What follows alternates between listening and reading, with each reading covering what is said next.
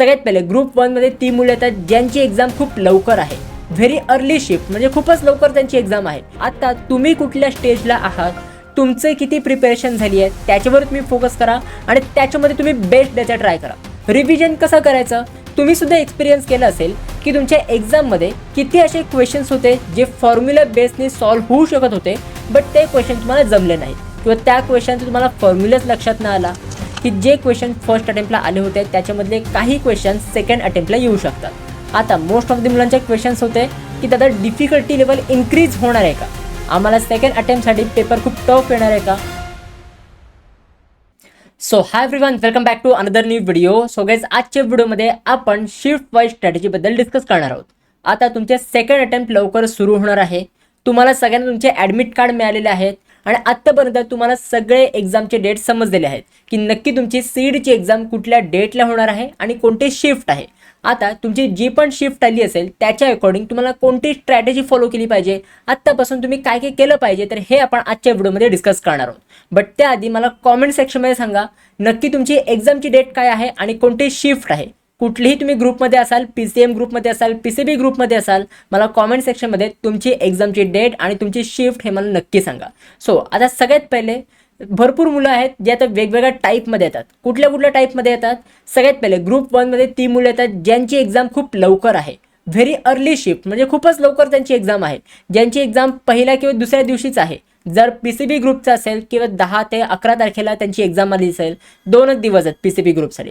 जर PCM ग्रुपचा candidate असेल ज्याची 12 किंवा 13 तारखेला एक्झाम आली असेल, ती मुलं ग्रुप 1 मध्ये येतात. ग्रुप 2 मध्ये ती मुलं येतात ज्या मुलांची एक्झाम 14 मेला आहे किंवा 15 मेला आहे, हे मुलं ग्रुप 2 मध्ये येतात. ग्रुप 3 मध्ये जी पण मुलं 18, 19, 20, 21 या तारखेला त्यांची एक्झाम आहे, तर ती मुलं ग्रुप 3 मध्ये येतात. आणि ह्या ग्रुप 3 मुलांसाठी 2 दिवस गॅप मिळालेला आहे. 16-17ला कुठलीही एक्झाम कंडक्ट होणार नाही आहे. तर त्याच्यामुळे हे काही ग्रुप्स आहेत. आता तुम्ही कुठल्या ग्रुपमध्ये येता हे तुम्ही बघा आणि त्याच्या अकॉर्डिंग तुम्ही ही स्ट्रॅटेजी फॉलो करा. सगळ्यात पहिले ज्या पण मुलांची खूप लवकर एक्झाम आहे, म्हणजे व्हेरी अर्ली शिफ्ट आहे, तर त्या मुलांनी सगळ्यात पहिले डिमोटिवेट व्हायचं नाही आहे, खूप टेन्शन घ्यायचं नाही आहे.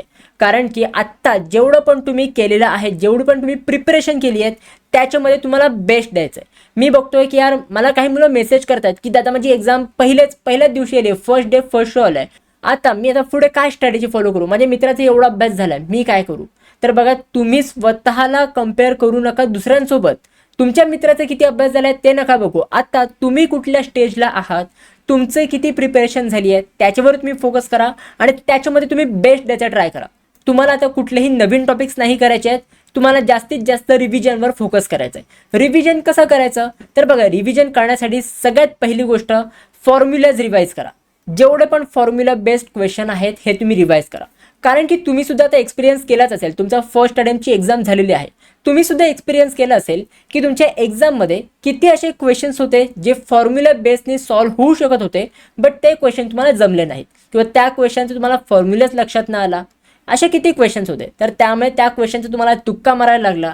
आता ते क्वेश्चनचा आन्सर करेक्ट आहे की इनकरेक्ट आहे हे पण तुम्हाला आता माहिती नाही आहे. तर त्याच्यामुळे फॉर्म्युलाज रिवाईज करणं गरजेचं आहे. Because CET exam is totally application based, त्याच्यामध्ये पूर्ण ॲप्लिकेशन बेस्ड क्वेश्चन्स येतात. तर त्याच्यामुळे फॉर्म्युलाज तुम्ही जेवढे रिवाईज कराल तेवढे जास्त तुम्ही क्वेश्चन सॉल्व्ह करू शकाल. त्यामुळे फॉर्म्युलाज तुम्ही नक्की रिवाईज करा. आणि दुसरी गोष्ट म्हणजे हाय वेटेज टॉपिक्सला तुम्ही जास्त प्रायोरिटी द्या. आता पण तुम्ही जेव्हा पण रिव्हिजन कराल, जे हाय वेटेज टॉपिक्स आहेत, हाय वेटेज चॅप्टर्स आहेत, त्याला पहिले तुम्ही रिवाईज करा. ते एकदम पक्का, एकदम स्ट्रॉंग करायचा ट्राय करा, कारण की त्याच्यावरच जास्तीत जास्त क्वेश्चन विचारले जातात. मग दादा हे हाय वेटेज चॅप्टर्स कोणते आहेत त्याची लिस्ट ना मी एक PDF बनवून मी आपल्या व्हॉट्सअप चॅनलवरती मी तुम्हाला प्रोव्हाइड करेन. तुम्ही आपला व्हॉट्सअप चॅनल जॉईन करून ठेवा, त्याच्यावरती तुम्हाला पूर्ण हाय वेटेज चॅप्टरची लिस्ट मिळेल. जेवढे पण इम्पॉर्टंट चॅप्टर्स आहेत त्याची लिस्ट मी तुम्हाला आपल्या व्हॉट्सअप चॅनलवरती प्रोव्हाइड करेन. तर त्या चॅनलची लिंक मी तुम्हाला डिस्क्रिप्शन बॉक्समध्ये प्रोव्हाइड केलेली आहे. सो अशा प्रकारे तुम्हाला रिव्हिजन करायचं आहे. आता जेवढे पण फर्स्ट अटेम्प्टचे क्वेश्चन्स होते, जेवढे पण पहिल्या अटेम्प्टला प्रत्येक शिफ्टमध्ये क्वेश्चन्स आले होते, ते पण तुम्ही नीट बघा. कारण की काय होऊ शकतं की आता सेकंड अटेम्प्टसाठी काही क्वेश्चन फर्स्ट अटेम्प्टमध्ये आले होते ते सुद्धा रिपीट होऊ शकतात. कारण की असे म्हणजे शिफ्ट वाईज पण होतं, म्हणजे फर्स्ट अटेम्प्टला पण असे काही क्वेश्चन्स होते जे एका शिफ्टला आले होते आणि ते दुसऱ्या बाकीच्या शिफ्टमध्ये पण ते सेम टाईपचे क्वेश्चन्स रिपीट झाले होते. तर त्याच्यामुळे सेकंड अटेम्प्टसाठी असं होऊ शकतं की जे क्वेश्चन फर्स्ट अटेम्प्टला आले होते त्याच्यामधले काही क्वेश्चन सेकंड अटेम्प्टला येऊ शकतात. तर त्याच्यामुळे फर्स्ट अटेम्प्टच्या क्वेश्चन्सचे तुम्ही ॲनालाइज करा, कुठल्या टाईपचे क्वेश्चन्स आले होते हे तुम्ही बघा आणि त्याच टाईपच्या क्वेश्चनची तुम्ही प्रॅक्टिस करा आणि त्याची तुम्ही रिव्हिजन करा. अँड ऑल्सो ह्या इकडे मी तुम्हाला हे पण सांगेन की 2025चे जेवढे पण PYQs आहेत हे पण तुम्ही एकदम नजरेखालून घाला. मला माहिती आहे टाईम खूप कमी आहे, बट काही इम्पॉर्टंट क्वेश्चन्स असतील जे हाय वेटेज चॅप्टर्स आहेत त्याचे क्वेश्चन्स तरी तुम्ही एकदा नजरेखालून घाला, म्हणजे त्याची तुम्ही थोडीफार प्रॅक्टिस करा. त्याच्याने तुम्हाला समजेल की यस ह्या टाईपचे क्वेश्चन्स आपल्याला येत आहेत आणि हे आपल्याला कमी टाईममध्ये सॉल्व्ह करायला जमले पाहिजे. तर असं तुम्ही क्वेश्चनला तुम्हाला ॲनालाइज करायचे आहे आणि त्या टाईपचे क्वेश्चन तुम्हाला प्रॅक्टिस करायचे. मग दादा हे फर्स्ट अटेम्प्टचे क्वेश्चन्स आपल्याला कुठे मिळतील, कारण की आत्तापर्यंत आन्सर की पण रिलीज नाही झाली आहे. आन्सर की आली असती तर आपल्याला समजलेलं असतं की यार कुठले क्वेश्चन्स आले होते फर्स्ट अटेम्प्टला, बट आता ते पण नाही रिलीज झालं आहे. मग आता हे आपल्याला फर्स्ट अटेम्प्टचे क्वेश्चन्स कुठे मिळतील, तर बघा मला स्टुडंट्सकडनं काही इम्पॉर्टंट क्वेश्चन्स मिळाले होते. शिफ्ट वाईज जेवढे पण क्वेश्चन्स मला मिळाले आहेत हे मी तुम्हाला डायरेक्टली प्रोव्हाइड करतोय आपल्या व्हॉट्सॲप चॅनलवरती. व्हॉट्सॲप चॅनलवरती मी तुम्हाला फ्री स्टडी मटेरियल प्रोव्हाइड करत असतो and as well as admission प्रोसेसपर्यंत मी तुम्हाला हेल्प करणार आहे ह्याच्यावरती. तर त्याच्यामुळे हे व्हॉट्सॲप चॅनल खूप उपयोगाचं असेल, आत्ताच तुम्ही जॉईन करून ठेवा. त्याच्यावरती जेवढं पण मटेरियल आहे, फ्री स्टडी मटेरियल, हाय वेटेज टॉपिक्स, हे सगळे मी तुम्हाला ह्या चॅनलवरती प्रोव्हाइड करेन. तर ह्या चॅनलला जॉईन करायची लिंक मी तुम्हाला डिस्क्रिप्शन बॉक्समध्ये प्रोव्हाइड केलेली आहे. आता नेक्स्ट आहे एक्झाम टाईम मॅनेजमेंट. आता हा पॉईंट खूप इम्पॉर्टंट आहे. आता ह्या पॉईंटला मला तुम्हाला क्वेश्चन विचारायचा आहे की किती मुलांना फर्स्ट अटेम्प्टची एक्झाम देताना टाईम पुरला नाही, किती मुलांना खूप लेंदी पेपर वाटला. मला माहिती आहे भरपूर मुलं असतील, कारण की मी जेवढा पण मुलांशी बोललो ना, काही मुलांचं म्हणणं होतं की दादा मॅथमॅटिक्सचा पेपर खूप लेंदी होता, मला मॅथमॅटिक्सचे सगळे क्वेश्चन सॉल्व्ह करायला टाईम मिळाला नाही, मी एका क्वेश्चनसाठी खूप जास्त टाईम इन्व्हेस्ट करत होतो, असे मुलांचे रिव्ह्यूज होते.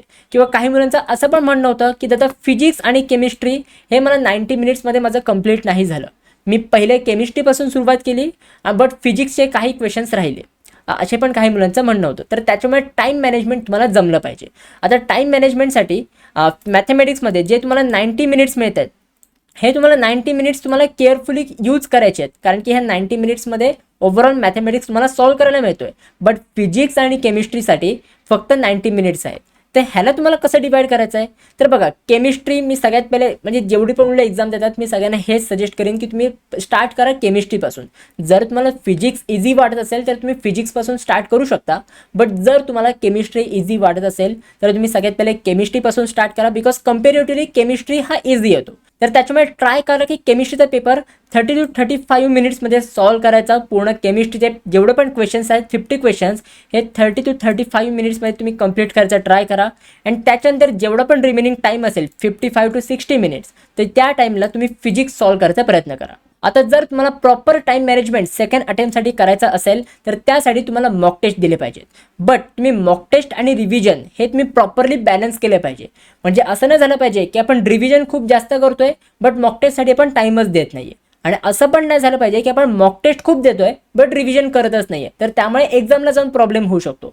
तर त्यामुळे आपल्याला आता दोन्ही बॅलन्स करायचं आहे. आणि मेन म्हणजे मॉक टेस्ट दिल्यानंतर मॉक टेस्टला तुम्ही ॲनालाइज करा, आणि ॲनालाइज करताना जे पण तुमचे वीक टॉपिक्स आहेत किंवा ज्या पण क्वेश्चनच्या टाईप तुम्हाला जमला नाही, किंवा जर तुम्हाला असा कुठला क्वेश्चन वाटतोय की ह्या क्वेश्चनमध्ये आपण खूप जास्तच टाईम युटिलाइज केला आहे, तर त्या टाईपचा क्वेश्चन तुम्ही नीट ॲनालाइज करा की ह्या क्वेश्चनसाठी आपण का जास्त टाईम घेतला, ह्या क्वेश्चनचा आपल्याला फॉर्म्युला का नाही आठवला, आणि जर त्या क्वेश्चनसाठी कुठले ट्रिक्स किंवा कुठले स्ट्रॅटेजी वगैरे ॲप्लिकेबल होत असेल, एकदम शॉर्ट फॉर्ममध्ये तो क्वेश्चन आपण सॉल्व्ह करू शकत असू, तर ते तुम्ही नीट ॲनालाइज करा, ते तुम्ही नीट शिकून घ्या. त्याच्याने तुम्हाला एक्झामला प्रॉपरली हेल्प होईल. अँड मेन म्हणजे कुठल्याही 2 सब्जेक्टला मास्टर करा, मॅथमॅटिक्स आणि केमिस्ट्री हे तुम्ही मास्टर करू शकता. जर तुमचं फिजिक्स एकदम स्ट्रॉंग असेल तर तुम्ही मॅथमॅटिक्स आणि फिजिक्सला मास्टर करू शकता, कारण की आता टाईम खूप लिमिटेड आहे. कुठल्या तरी 2 सब्जेक्टवरच तुम्ही फोकस करा, त्याच्यानेच तुम्ही एक्झाममध्ये अजून जास्त चांगलं स्कोर करू शकाल. ओके. अँड जे पण ग्रुप 3मध्ये येतात, ज्यांची पण एक्झाम लेट आहे, तर त्या मुलांना मी एक सजेस्ट करेन की जे पण तुमचे शिफ्ट होतील त्या प्रत्येक शिफ्टला तुम्हाला ॲनालाइज करायचं आहे. फर्स्ट अटेम्प्टचे जेवढे पण इम्पॉर्टंट क्वेश्चन्स आहेत हे तर तुम्हाला करायचेच आहेत, बट जेपर्यंत सेकंड अटेम्प्टसाठी शिफ्ट वाईज क्वेश्चन मी तुम्हाला प्रोव्हाइड करेन तर ते पण तुम्ही नीट बघायचे आहेत की कुठल्या शिफ्टला कुठला क्वेश्चन आला होता, 12 एप्रिलच्या शिफ्ट 1ला 12 मेच्या शिफ्ट 1ला कुठला क्वेश्चन आला होता, शिफ्ट 2ला कुठला क्वेश्चन आला होता, हे नीट सगळं ॲनालाइज करा. आय होप हे सगळं तुम्हाला समजलेलं असेल. जर तुम्हाला काही डाऊट असेल हे मला कॉमेंट सेक्शनमध्ये तुम्ही विचारू शकता. आता मोस्ट ऑफ द मुलांचे क्वेश्चन्स होते की दादा डिफिकल्टी लेवल इन्क्रीज होणार आहे का, आम्हाला सेकंड अटेम्प्टसाठी पेपर खूप टफ येणार आहे का. लक्षात घ्या की ह्या वर्षी तुमचं सेकंड अटेम्प्ट पहिल्यांदाच इंट्रोड्यूस केलं आहे आणि फर्स्ट अटेम्प्ट आणि सेकंड अटेम्प्टमध्ये गॅप ऑलरेडी खूप कमी आहे आणि हे तुम्हाला पण माहिती आहे आणि CETला पण माहिती आहे. तर त्याच्यामुळे एवढी डिफिकल्टी लेवल इन्क्रीज नाही होणार. जसा फर्स्ट अटेम्प्टचा तुमचा पेपर होता त्याच प्रकारे सेकंड अटेम्प्टचा तुमचा पेपर असेल. तर त्याच्यामुळे जास्त काही टेन्शन घेऊ नका. Just focus on your revision. जेवढं पण तुम्ही केलं त्याच्यामध्ये तुम्ही मास्टर करायचा ट्राय करा. आय होप हे तुम्हाला समजलेलं असेल. आपली पर्सनल काउन्सिलिंगची बॅच लवकरच लॉन्च होणार आहे. तर जर तुम्हाला एका चांगल्या इंजिनिअरिंग कॉलेजमध्ये, चांगल्या फार्मसी कॉलेजमध्ये ॲडमिशन घ्यायचं असेल तर नक्की तुम्ही आपल्या पर्सनल काउन्सिलिंगमध्ये एनरोल करू शकता. लवकरच ही बॅच लॉन्च होणार आहे. अजूनही लॉन्च नाही झाली आहे.